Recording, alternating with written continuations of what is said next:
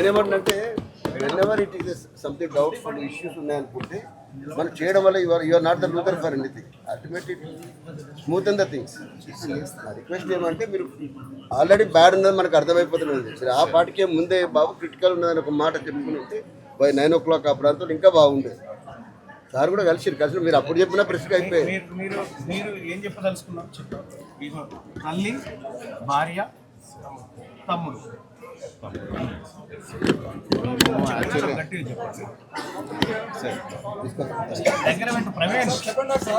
సరే, ఆ పేషెంట్ నిన్న ఈవినింగ్ చాలా సివియర్ గాయాలతో, కాలిన గాయాలతో హాస్పిటల్కి వచ్చారు సార్. వచ్చినప్పుడు మేము ఇక్కడ క్యాజువాలిటీలో రిసీవ్ చేసుకున్నాము. ఇమ్మీడియట్గా మనం సెంట్రల్ లైన్ వేసాము, ఐవి ఫ్లూయిడ్స్ అవి స్టార్ట్ చేసాము. సో మేము మా అసెస్మెంట్లో తనకి 95% పైగా గాయాలు ఉన్నాయి సార్, బాడీ అంతా కూడా గాయాలు ఉన్నాయి. సో మేము అప్పుడే ఎక్స్ప్లెయిన్ చేసాం తనకి, అంటే కండిషన్ అయితే ప్రాపర్గా లేదని, కొంచెం సివియర్గానే ఉందని చెప్పి మేము ఎక్స్ప్లెయిన్ చేసి అడ్మిట్ చేసుకున్నాం హాస్పిటల్లో. అన్ని రిస్క్ అప్పటి నుంచే ఎక్స్ప్లెయిన్ చేస్తూ వచ్చాం. నైట్ అంతా కూడా అలాగే ఫ్లూయిడ్స్, ఐవి ఫ్లూయిడ్స్, ఎక్కడైనా స్టాండర్డ్ ట్రీట్మెంట్ ఫర్ బర్న్స్ ఉండేది, హయ్యెస్ట్ పర్సంటేజ్ ఆఫ్ బర్న్స్ ఉన్నాయి తనకి యాక్చువల్గా. సో సేమ్ స్టాండర్డ్ ప్రోటోకాల్ మేము ఫాలో అయ్యాం సార్. సో ఈవెన్ నైట్ అంతా కూడా అలాగే మా డాక్టర్స్ అందరూ అవేర్ ఉన్నారు. మధ్య మధ్యలో మీరు కూడా వచ్చారు, పోలీసులు కూడా వచ్చారు మధ్యలో. సో అందరికీ సేమ్ ఎక్స్ప్లెయిన్ చేస్తూనే వచ్చాం. సో ఈవెన్ నేను మార్నింగ్ అరౌండ్ అంటే మధ్యలో ఇవంతా ఇన్ఫర్మేషన్ వస్తూనే ఉంది. సార్ వాళ్ళు కూడా, ఆర్ఎంఓ సారు, మేడం వీళ్ళందరూ కూడా టచ్లోనే ఉన్నారు. మేము కూడా వచ్చాం 9 o'clock కూడా. 9 o'clock లోపే వచ్చాను నేను. ఓన్లీ థింగ్ ఈ కండిషన్ బాగలేదు, ఈ మే లూజ్ హిమ్ అనేది ఒక మాటను మీరు ముందే చెప్పుకుంటే ఏమయ్యేదంటే మిగతా అది లేదు. డెత్ అయింది, డెత్కు ముందు ఆల్రెడీ నేను నా ఒక్కరికి వచ్చినాను సార్. ఆల్మోస్ట్ మనకు మార్నింగ్ 6 o'clock 7 o'clock జనం వస్తున్నారు, గొడవ అవుతున్నాయి. పాత ఎమ్మెల్యేలు, ఎక్స్-ఎమ్మెల్యేలు, మినిస్టర్లు, వారు ప్రజెంట్ ఎమ్మెల్సీ చాలా మంది వచ్చినాం, అలాంటి వాళ్ళు అందరం వచ్చినాం. సో ఇట్స్ సెన్సిటివ్ ఇష్యూ అనుకున్నాం. మీరు ఒక్క మాట ఏంటంటే ఇది నాట్ అప్ టు దిస్ చాలా క్రిటికల్ ఉన్నదని చెప్పేసి ముందే ఒక బ్రీఫింగ్ ప్రెస్కి ఇచ్చుంటే ఏమైందంటే మాకు నేను చెప్పాను సార్, ప్రెస్ కట్టున్నారు డిక్లేర్ చేసేది ఎవరికి తెలియకుండానే వాళ్ళు డెడ్ బాడీ చెప్తున్నారు. ఒక ఎమ్మెల్సీ కేసు ఇంత సెన్సిటివ్ ఇష్యూ ఇంతమంది వితౌట్ ఎనీబడీ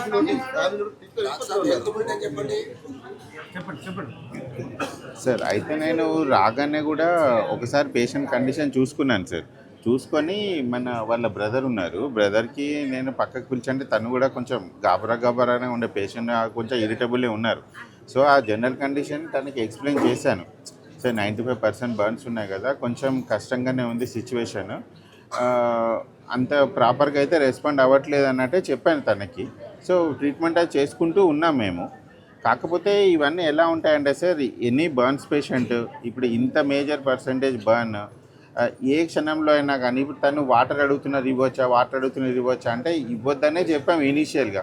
బట్ నేను ఈవినింగ్ నుంచి కూడా కొంచెం వాటర్ తీసుకుంటున్నాడు అంటే సరే వామిటింగ్స్ లేకపోతేనే ఇవ్వండి అని కూడా నేను తనకు చెప్పాను. తను ఉన్నది ఇక్కడే.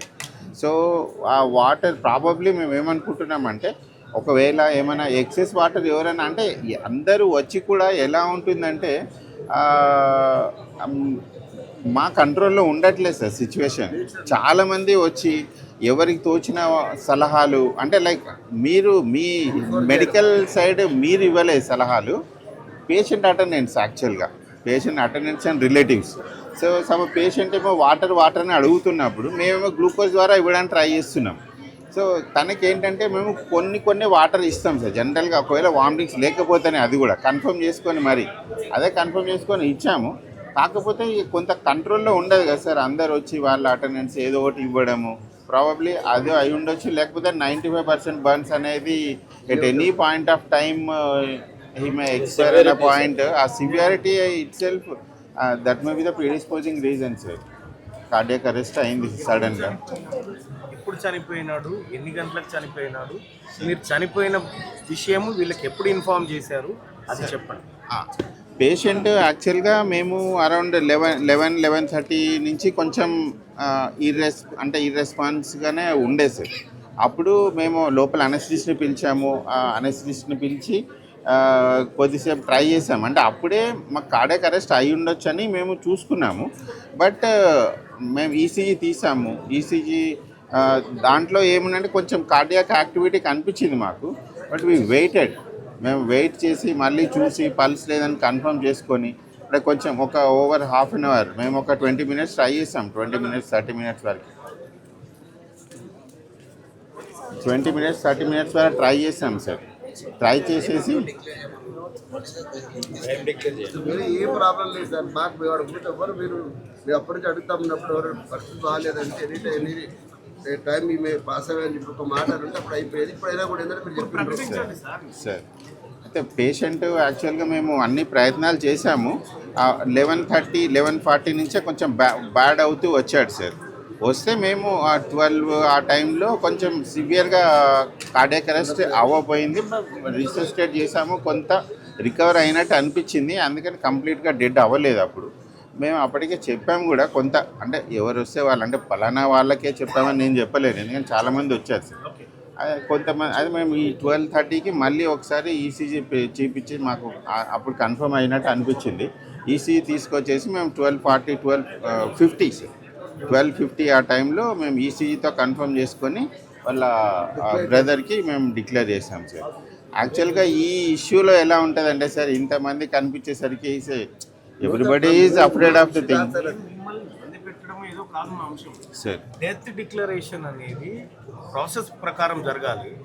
మా కాజ్ కోసం చనిపోయినటువంటి వ్యక్తి ఆరోగ్యం పట్ల బయట జనాల్లో ఆందోళన ఉంటుంది. ఈ ఆసుపత్రి బాధ్యతతో ఒక హెల్త్ బులెటిన్ రిలీజ్ చేయాల్సి ఉండే, అవేమి చేయకుండా మేము అక్కడ కూర్చుంటే ఇక్కడ నుంచి బాడీ తీసుకొని పోతా ఉన్నాం.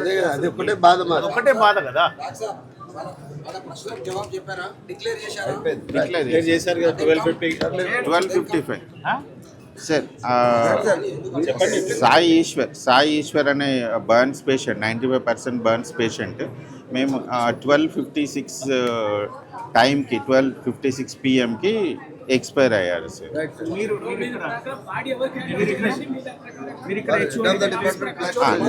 నేను doctor Raja Kiran Kumar Goud, HOD plastic surgery department sir, Gandhi hospital.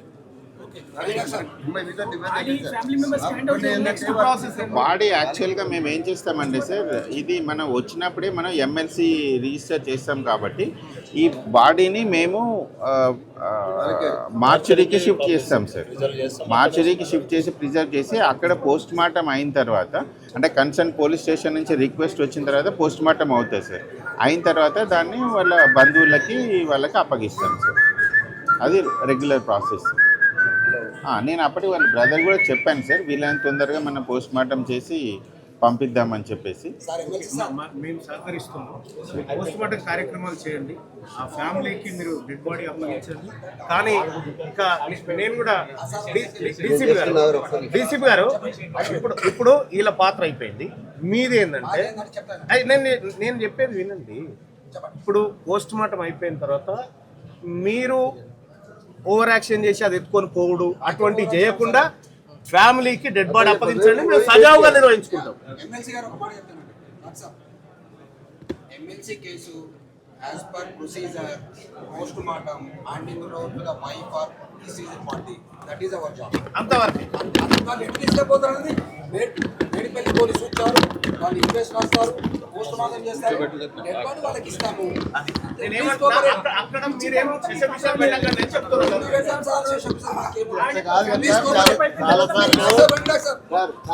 మీరు ఎక్కడ ఫ్యామిలీ మెంబర్స్ మళ్ళీ ఆ ప్రకారం చేస్తాము.